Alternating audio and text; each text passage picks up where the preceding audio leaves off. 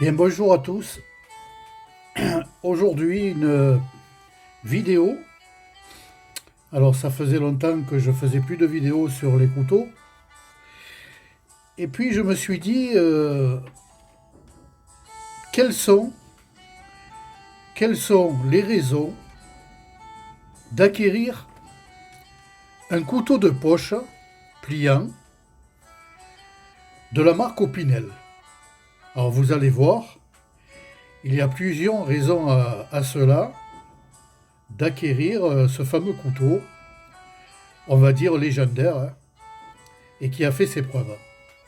Alors, bien sûr, je m'adresse à une communauté de collectionneurs de couteaux, donc je n'apprends rien à ces personnes-là, hein, les collectionneurs ou autres, mais je m'adresse surtout à un public qui n'est pas forcément collectionneur, pas forcément amoureux des couteaux, mais qui peut-être serait tenté par détenir un couteau d'exception, peut-être pour en randonnée, faire la cuisine, voir en bivouac, ou bien tout simplement d'en acquérir un, histoire d'avoir un couteau. Alors revenons à nos opinels. Quelles sont les raisons? Alors j'en ai trouvé plusieurs, et peut-être vous en trouverez également d'autres à rajouter sur la liste. Pour ce fait, vous pouvez toujours participer en donnant des commentaires sur cette vidéo. Alors, la première raison, je vais essayer d'être rapide dans cette vidéo. La première raison de détenir un Opinel, c'est parce que celui-ci, il est fabriqué en France. Comme vous le savez, il est fabriqué dans la Savoie, à Saint-Jean-de-Maurienne. Si un jour vous avez l'occasion de vous y promener, allez voir la fabrique et le musée de ce fameux couteau. Vous ne serez pas déçus. Et je pense que même vous partirez avec quelques-uns de ces couteaux. Ça, j'en suis persuadé.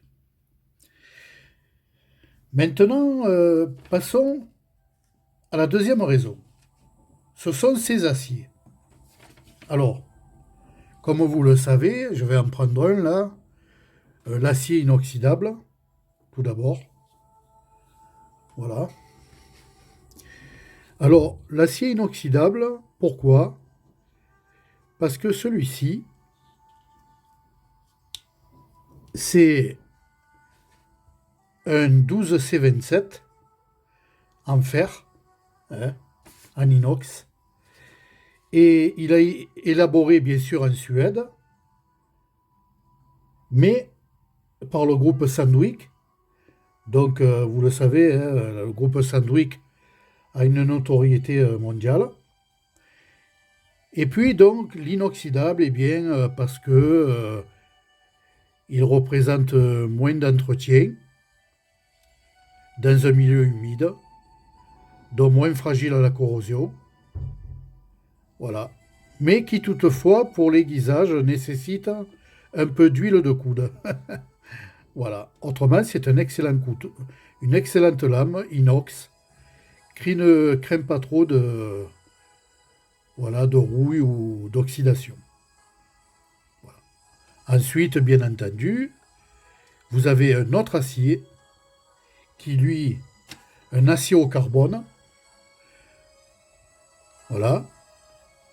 L'acier au carbone, eh bien sûr, il a une teneur en carbone très très très fort.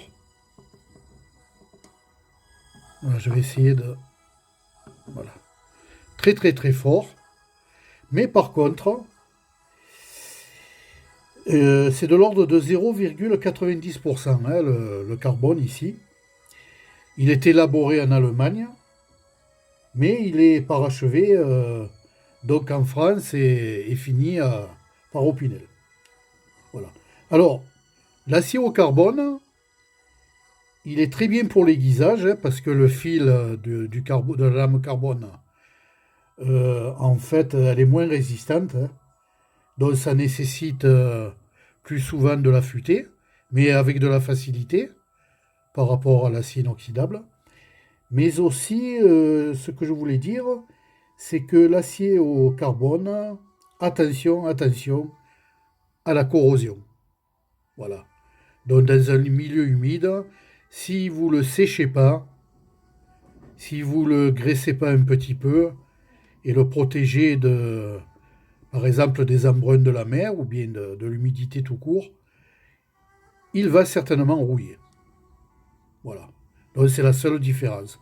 Autrement, ce sont deux aciers de très belle, très haute qualité. Voilà. Donc ça, c'est la deuxième raison. La troisième raison, c'est qu'en fait, ils sont confrontés à une vérification par deux arrêtés, alors pour la norme française et pour le CE. Donc ce sont des arrêtés du 13 janvier 1976 et du 27 octobre 2004, des arrêtés concernant ainsi l'utilisation alimentaire. Donc pas de crainte à avoir pour ces deux aciers, carbone et inox. On peut y aller, on peut trancher, on peut couper, on peut manger avec. Question alimentaire, ils sont vérifiés scrupuleusement en France. Et ça, mes amis, ce sont une excellente chose de vérifier si on peut consommer avec ces deux couteaux. Pour pas avoir de problème. Alors ça, il faut le savoir. La quatrième raison, c'est le bois. Alors, le bois, donc vous le savez, pour les couteaux classiques, c'est du bois de hêtre. Pourquoi le bois de hêtre? Parce que le bois de hêtre, il a une très forte résistance à la manipulation mécanique. Il a fait ses preuves. Et donc, il est robuste. Et en plus de ça, il a une couche de vernis, un traitement spécial pour le protéger des taches d'eau ou bien d'autres salissures. Donc il est traité avec un bon produit, un bon vernis. Voilà. Alors, sachez que pour le couteau Opinel classique acier inoxydable, le manche sera toujours clair. Il sera toujours clair. Mais si vous choisissez, bien sûr, le classique de l'Opinel, bois de hêtre, lame, carbone, il sera toujours d'une couleur, comme vous le voyez ici, orange. Donc c'est le vernis qui est un peu plus teinté pour différencier en fait les deux bois de hêtre, de l'inox et du carbone. Et en plus de cela, il ne faut pas oublier que c'est marqué sur le manche. Carbone. Vous voyez? Donc vous ne pouvez pas vous tromper quant au choix de vos deux manches en bois de hêtre qui, je vous le dis, ont été testés, approuvés pour leur utilisation mécanique à haute intensité. La quatrième raison, il s'agit du bois, parce que outre ces deux bois manches en bois classiques, du bois de hêtre, eh bien Opinel nous a fait un grand plaisir, les amis, de pouvoir sélectionner des bois plus nobles, comme par exemple ici le bois de chêne. Vous voyez? Alors, à remarquer que les Opinel, on va dire, créés avec des bois nobles, il n'y a pas de marquage dessus, comme vous le savez. Vous voyez? Voilà. Opinel ne fait pas de marquage sur les bois nobles parce que, en fait, c'est pour le respect de ces bois, justement. Voilà. Mais par contre, bien entendu, vous avez les indications sur la virole et sur la lame. Voilà. Alors, nous avons ici donc du chêne, pour le plaisir. Nous avons, eh bien, de l'olivier. Hein? Voilà.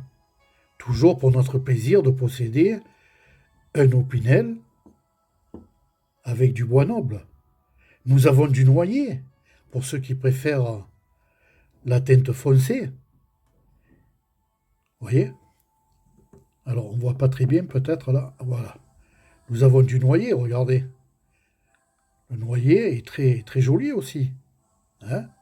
Comme par exemple ici, eh bien, vous voyez l'olivier. Ensuite, vous avez également le bois de Padoue, hein, bois africain, très résistant, très foncé, de couleur rouge, hein, grenat. Voilà. Alors celui-ci est un mode effilé, donc pour le poisson.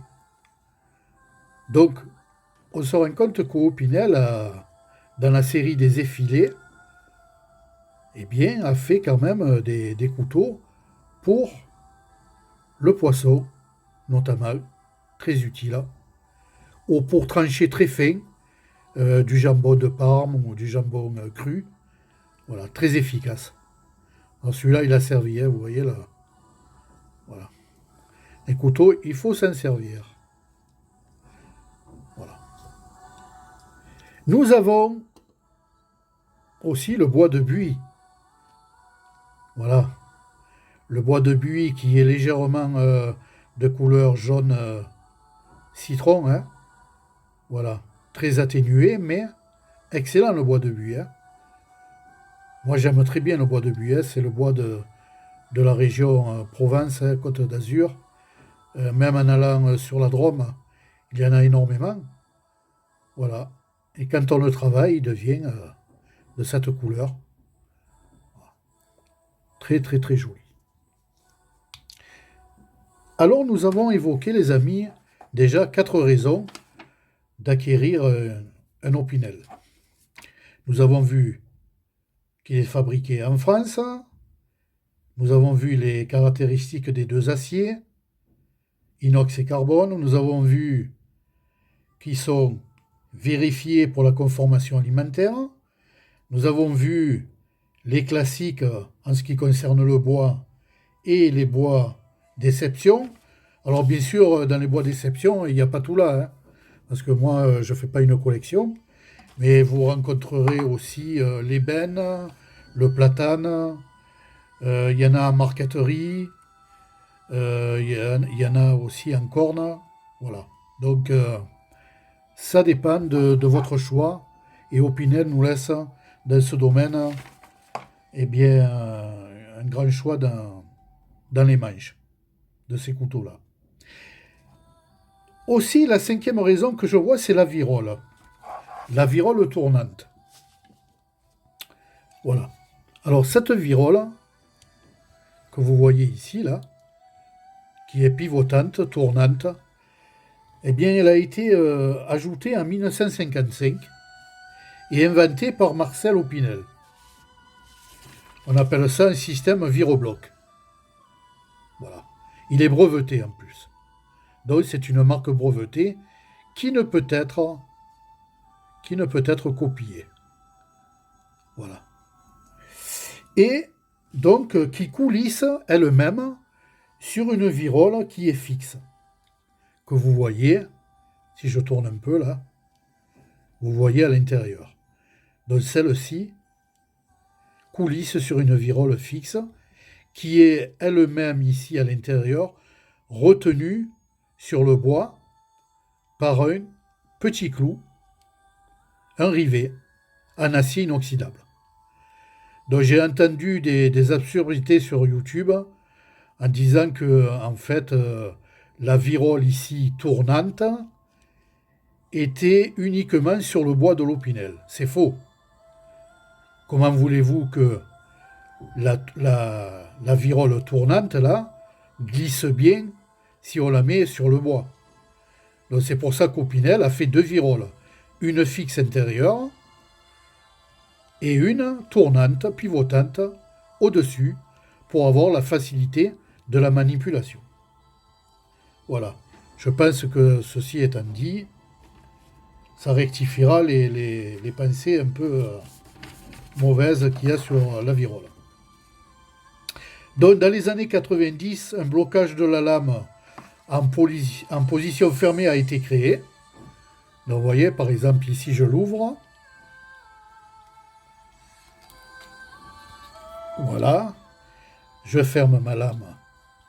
Et donc, ici, ça a été créé en 1990, ce système de sécurité, de fermeture, si vous le mettez dans la poche, voilà, pour pas qu'il s'ouvre, pour pas que la lame s'ouvre. Donc, position fermée.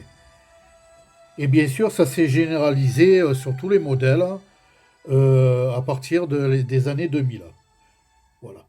À savoir également, les amis, que ce système y est que à partir du numéro 6. Voilà. Donc, ce système-là de virole y est à partir du numéro 6. Si je ne fais pas d'erreur. Corrigez-moi dans les commentaires si je me trompe. Une autre raison, en fait, c'est que si vous voulez avoir un couteau qui soit à la fois pliant, mais que vous dites, tiens, moi j'aimerais bien avoir un fixe, parce que, après tout, si je fais des travaux, j'ai peur que la lame se referme sur moi, eh bien, sachez qu'Opinel, en fait, fait les deux. Donc finalement, pas besoin d'acheter un autre couteau à lame fixe, puisque celui-ci, si on déplie la lame et qu'on ferme ici, on sécurise par la virole, vous avez un fixe. Voyez? Donc, sécuriser pour pouvoir travailler en toute sécurité, le bois, faire du bricolage, etc. Donc, il devient un fixe. Voilà, tout à la fois. Donc, il a deux, en fait, versions. Fixe, mais aussi, il est pliable. C'est ça qui est remarquable sur ce couteau. Une autre raison, bien entendu, eh bien, c'est la taille, les amis, parce que là, je vous ai présenté des numéros 10, ici. Vous voyez? Numéro 10. Là également, l'inoxydable, c'est un numéro 10. Mais vous avez ici des numéros 8, ici. Les filets bois de Padouk, un numéro 10. Voilà. Et pour le buis, un numéro 7. Vous voyez? Toujours avec ce système de virole bloquante. Voilà. Donc, finalement, eh bien, il se décline en 11 tailles. Donc, vous avez le choix dans les tailles des couteaux, par rapport, bien entendu, à vos mains. Si vous avez des mains assez importantes comme moi, peut-être un numéro 9, comme par exemple ici le chêne, est très bien pour ma main. Vous voyez, en position lame ouverte. Voilà. Je le ferme, je le sécurise. Regardez. Vous voyez? Il remplit bien la paume de ma main. Voilà. J'aime bien les numéros 8 parce qu'ils sont un peu plus petits pour la poche. Voilà. Voilà, il commence peut-être à devenir pour moi un peu plus petit. Mais sachez que vous avez 11 numéros de tailles différentes. À savoir que ne cherchez pas le numéro 1 et le numéro 11, puisqu'ils ont été arrêtés à partir de 1932 et 1935. Voilà, à moins que certains collectionneurs aient pu avoir ce privilège de détenir le numéro 1 et le numéro 11. Alors là, ça ferait une collection vraiment parfaite pour les Opinel. Et en fait, dans mon 8e point, les raisons de détenir un Opinel, déception, ce couteau déception, c'est qu'il est polyvalent. Et oui, il est très polyvalent. Pourquoi? Parce que vous pouvez l'utiliser en cuisine, comme pour les filets, comme par exemple pour le carbone. Trancher du saucisson, charcuterie, du pain, du jambon, du pâté, voilà, j'en passe des meilleurs. Il peut être utilisé pour la rando, vous le mettez dans un sac, dans une sacoche, un sac à dos, pour le bivouac, pour la sculpture, pourquoi pas, pour la chasse et la pêche, et pour le bricolage. Alors, j'ouvre une parenthèse. Je n'ai pas parlé ici des Opinel à manche en ABS plastique. Je n'ai parlé que du bois. Voilà. Donc, pour le plastique, vous avez bien entendu les manches en plastique, vous avez le Houdor et l'Opinel bricolage. Donc, allez sur Internet si vous ne connaissez pas ce que sont ces deux Opinel à manches en plastique ou en ABS, très résistants, que vous pouvez laver à l'eau, puisque le plastique, il n'y a pas de problème. Les lames sont inoxydables.